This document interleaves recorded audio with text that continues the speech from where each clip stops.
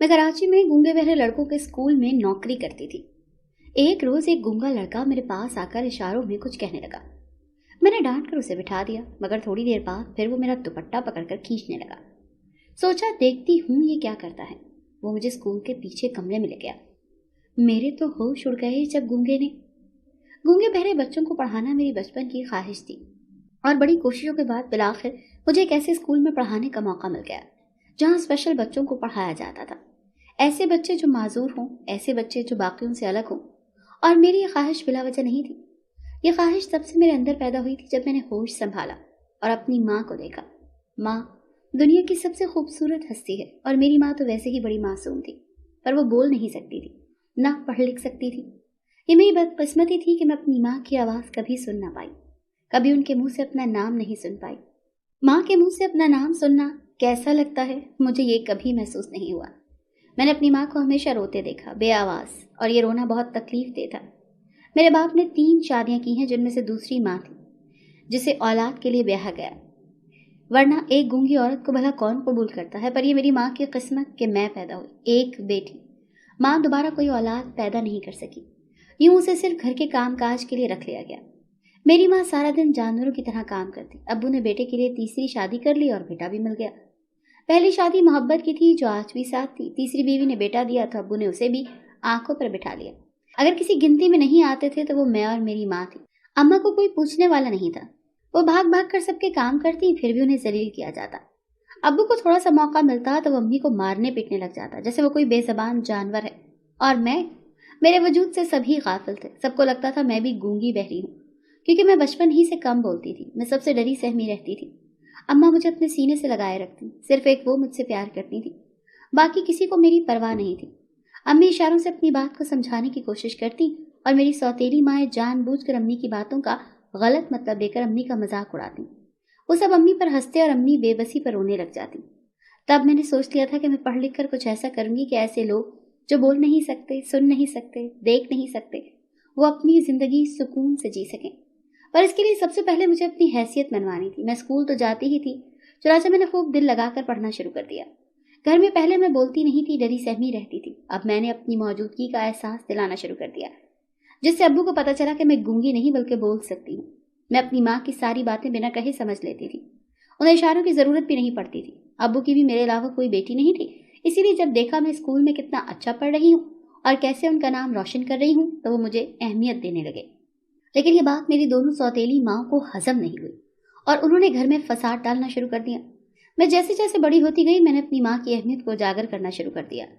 इससे ये हुआ कि अब मेरी सौतेली माँ पहले की तरह मेरी माँ को तंग नहीं करती थी। मैंने स्कूल से वापस आकर अम्मी का सारा काम खुद करना शुरू कर दिया। अम्मी सारी जिंदगी से काम ही तो कर रही थी, अब तो वो बीमार रहने लगी थी। परेशानी और दुखों ने अम्मी के अंदर कुछ न छोड़ा था। मैं खूब दिल लगाकर पढ़ रही थी। मैं डॉक्टर बनना चाहती थी ताकि अम्मी का इलाज कर सकूं। डॉक्टर कहते थे मेरी अम्मी बोल सकती हैं, बस एक ऑपरेशन होना था। पर इतने पैसे कौन लगाता मेरी माँ पर, इसीलिए मैंने खुद ही डॉक्टर बनने का सोचा। पर यह भी अल्लाह को मंजूर ना था। अब्बा मुझ पर इतने पैसे नहीं लगा सकता था कि मुझे डॉक्टर बना सके। मेरे तो पढ़ने पर ही छोटी सौतेली माँ सारा दिन घर में झगड़ा किए रखती थी। और फिर मैंने डॉक्टर बनने का ख्वाब छोड़ दिया और स्पेशल एजुकेशन में मास्टर्स करने का सोचा, ताकि मैं मुस्तकबिल में मासूम बच्चों को पढ़ा लिखा सकूं, ताकि उन्हें अपनी बात समझने समझाने में मुश्किल पेश न आए, जैसे मुझे आती थी। और फिर वक्त गुजरता गया, मैंने मेहनत न छोड़ी और बिलाखिर में पढ़ लिख कर गवर्नमेंट कॉलेज में टीचर लग गई। पर मेरा ख्वाब कुछ और था। उन्हीं दिनों अब्बा मेरी शादी फुप्पो के बेटे से करना चाहता था, जो मुझे किसी सूरत मंजूर नहीं था। मैंने कराची के एक बहुत बड़े स्कूल का सुना था जहाँ स्पेशल बच्चों को पढ़ाया जाता था। मैं वहीं जाना चाहती थी। चुनाचे मैंने स्कूल में पढ़ाने के लिए अप्लाई कर दिया। अब्बा ने साफ साफ अल्फाज में मुझे धमकी दी कि फुप्पो के बेटे से शादी कर लो, वरना अच्छा नहीं होगा। ये वही फुप्पो थी जिसने सारी उम्र मेरी माँ को तंग किया था। मैं भला कैसे ऐसी औरत के बेटे से शादी कर सकती थी। फुप्पो को अब लालच था कि मैं टीचर थी। फुप्पो भी जानती थी कि स्पेशल एजुकेशन डिपार्टमेंट में तनख्वाह डबल होती है, पर फुप्पो का ये लालच मैं किसी सूरत पूरा नहीं होने दे सकती थी। अब्बू ने 1 हफ्ते के बाद निकाह रख दिया और इधर दूसरी जानिब स्पेशल बच्चों के स्कूल में मेरी जॉब लग गई। और उसी रात मैंने अम्मी को अस्पताल ले जाने का बहाना किया और अम्मी को लेकर उस घर से निकल आई। मैंने कोई सामान नहीं लिया था, बस अम्मी को साथ लेकर कराची की ट्रेन में बैठ गई। और अगले दिन मैं कराची में थी। यहाँ मुझे स्कूल की तरफ से एक छोटा सा क्वार्टर मिला था, जहाँ मैं अपनी अम्मी के साथ रह सकती थी। मैं अपने बाप और घर से बहुत दूर निकल आई थी, जिसने सारी जिंदगी बस हमें तकलीफें ही दी थी। यहाँ आकर मैं बहुत पुरसुकून और मुतमईन थी। अगली सुबह जब मैं स्कूल गई तो इतने सारे स्पेशल बच्चों को देखकर हैरान रह गई। दुनिया में कितने माजूर, कितने नाबीना और कितने गूंगे बहरे बच्चे थे, ये मुझे आज पता चला था। और ये सब बच्चे मुझे अपने दिल के करीब महसूस हो रहे थे। इंसान किसी का दर्द तभी महसूस कर सकता है जब उसने दर्द झेला हो। मैं चूंकि अपनी माँ का दर्द झेल चुकी थी, इसीलिए बच्चों के दर्द को समझ सकती थी। मेरे पास 30 बच्चों की क्लास थी। मैंने पहला दिन उनसे तारुफ में गुजारा। मैं चाहती थी बच्चे मुझसे मानूस हो जाएं ताकि बाकी सारा साल हमारा अच्छे से गुजरे। और फिर ब्रेक के वक्त मेरी नज़र ऐसे शख्स पर पड़ी जिसने पहली ही नज़र में मेरा दिल लूट लिया। उसे देखकर लग रहा था वो भी स्कूल में टीचर था जो बोल नहीं सकता था। वो इशारों में बच्चों के ग्रुप से बातें कर रहा था। उसके चेहरे से इतनी नरमी और रहम दिली झलक रही थी कि मैं हैरान रह गई। मैंने कभी किसी मर्द को इतना रहम दिल नहीं पाया। वो बच्चों से इशारों में ऐसी बातें कर रहा था कि व्हील चेयर पर बैठे बच्चे और ऐसे बच्चे जो बोल नहीं सकते थे, सब उसे देखकर, उसकी बात समझकर हंस रहे थे। मेरे कदम बेसाख्ता उसकी जानिब बढ़े।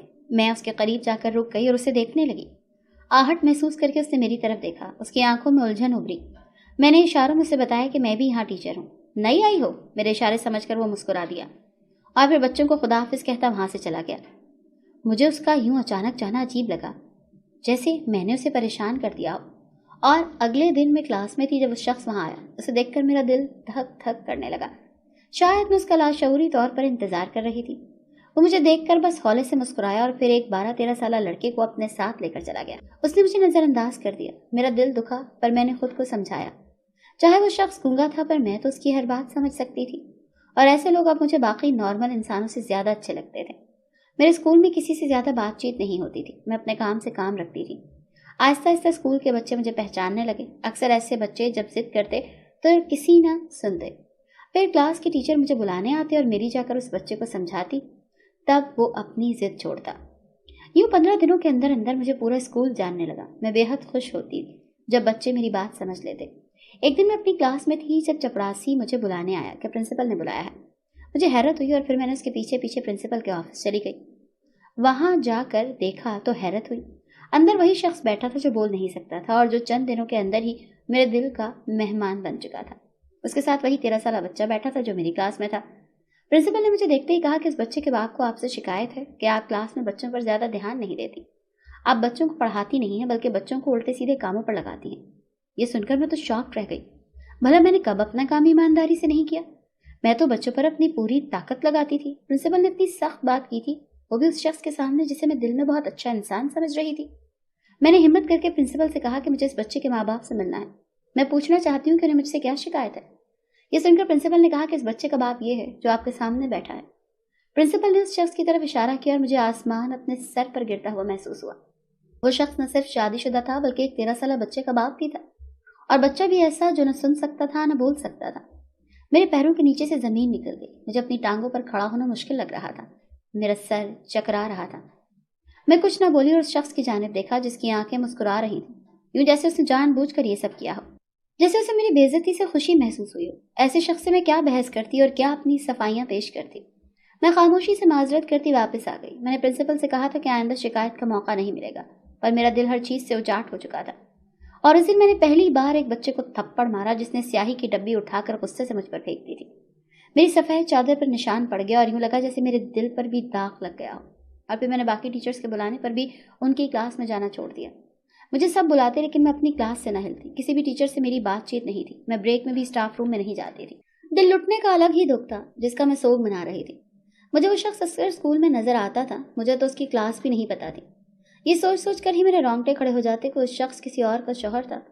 भला मैं इतने नसीब वाली कब से हो गई थी कि जो चाहा वो मिल जाता। मैं सारी बातों को जहन से निकाल कर अपने काम पर तवज्जो देना शुरू कर दी। एक दिन मैं अपनी क्लास में थी जब व्हील चेयर पर एक बच्चा आया जो गूंगा भी था और आकर मेरा दुपट्टा खींचने लगा। वो मुझे कुछ बताना चाहता था, बल्कि कुछ दिखाना चाहता था, पर मैं अब किसी के काम में नहीं उलझती थी, इसलिए मैंने उस बच्चे के साथ जाने से इनकार कर दिया। मैंने मजीद अपना तमाशा नहीं बनवाना चाहती थी। यूं भी सबको यहाँ मैं खटक रही थी और फिर रोज ऐसा होने लगा। वो बच्चा रोज आता और आकर मेरा दुपट्टा खींचने लगता। मैं मुश्किल से उससे अपना पल्लू छुड़वाती। मेरे लिए उस बच्चे को नजरअंदाज करना मुश्किल हो गया था। उसकी आंखों में मुझे अजीब सा खौफ नजर आता था। 4 दिन लगातार यही सिलसिला चलता रहा और फिर एक दिन मैंने बच्चे की बात मान ली और उसके पीछे पीछे चल पड़ी। वो मुझे लेकर स्कूल के पिछले कमरे की जाने पड़ा जो हमेशा से बंद रहता था। मेरे चेहरे पर उलझन उभर आई। जाने क्यों मुझे अजीब सा एहसास हो रहा था। इस बच्चे के चेहरे पर खौफ फैला हुआ था। वो मुझे कमरे के पीछे ले गया जहाँ पर एक खिड़की थी जो बंद थी। उसने हाथ बढ़ाकर थोड़ी सी खिड़की खोली और जब मैंने अंदर का मंजर देखा तो मेरे होश उड़ गए। अंदर वही शख्स जिसने मुझ पर इल्जाम लगाया था, उसने प्रिंसिपल का गला अपने बाजू में दबा रखा था। उसके चेहरे पर वो नरमी और रहमदिली कहीं भी नहीं थी, बल्कि वो चेहरे से बहुत जालिम और सफाक लग रहा था। मैंने कहा था ना कि एक दिन मैं पकड़ लूंगा और फिर कुछ बाकी नहीं बचेगा, वो प्रिंसिपल के गले पर दबाव डालते हुए गुस्से से बोला। उसे बोलता सुनकर मैं अपनी समात पर शक हुआ। वो अगर बोल सकता था तो फिर उसने गूंगे होने का नाटक क्यों किया? 2 दिन बाद 10 बच्चे यहाँ से स्मगल होंगे, किसी को कानो कान खबर नहीं होनी चाहिए। ये सुनकर मेरी चीख उभरी, जिसे मैंने मुंह पर हाथ रखकर रोका। वो बच्चा उस दिन से मुझे ये सब दिखाना चाह रहा था, पर मैं उसके साथ नहीं आई। मैं व्हील चेयर पर बैठे उस बच्चे की तरफ देखा जिसकी आंखों से आंसू बह रहे थे। मुझे उस पर बेतहाशा तरस आया कि अगर वो बोल सकता था तो कब का मुझे बता देता। मैं उसे अपने साथ लेकर वापस आ गई, उसे समझाया कि किसी को ये बात नहीं बताए, वरना सबकी जान खतरे में पड़ सकती है। वो मेरी बात समझ गया। मैंने कभी ख्वाब में भी नहीं सोचा था कि उस शख्स के मासूम चेहरे के पीछे ऐसा शैतान छुपा होगा।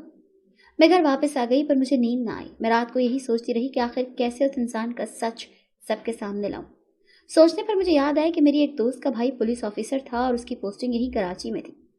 मैंने दोस्त को फोन करने का सोचा और क्वार्टर से बाहर निकल आई ताकि अम्मी ना सुन लें। मैंने बाहर आकर दोस्त को फोन लगाया। इससे पहले कि वो फोन उठाती, किसी ने पीछे से आकर मेरे मुंह पर हाथ रख दिया।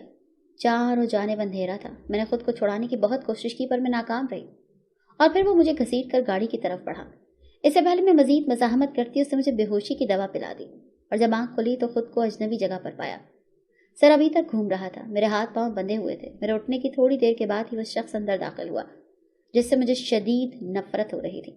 मुझे देखते ही वो उसी दिलकशी से मुस्कुराया जिस पर मैं फिदा हो चुकी थी और फिर बोला कि तुम तो बड़ी फास्ट हो, मेरे खिलाफ कंप्लेन करने चली थी, पर जान लो मैं हूँ कौन। ये कहकर उसने अपना कार्ड मेरे सामने किया, जिसे देखकर मैं चौंक उठी। मैं आईएसआई का एजेंट हूँ और पिछले 1 साल से इस मिशन पर हूँ। ये मेरा भतीजा है।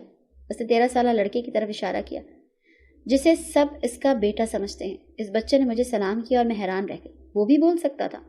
फिर उसने मुझे बताया कि मैं पिछले 1 साल से यहाँ काम कर रहा हूँ, क्योंकि हमें खबर मिली थी कि इस स्कूल में जितने ज़्यादा बच्चे थे इतना ही बड़ा खतरनाक काम यहाँ हो रहा था। दरअसल प्रिंसिपल बच्चों को स्मगल करने के कामों में मुलविस था, जिसे मैंने पकड़ लिया था।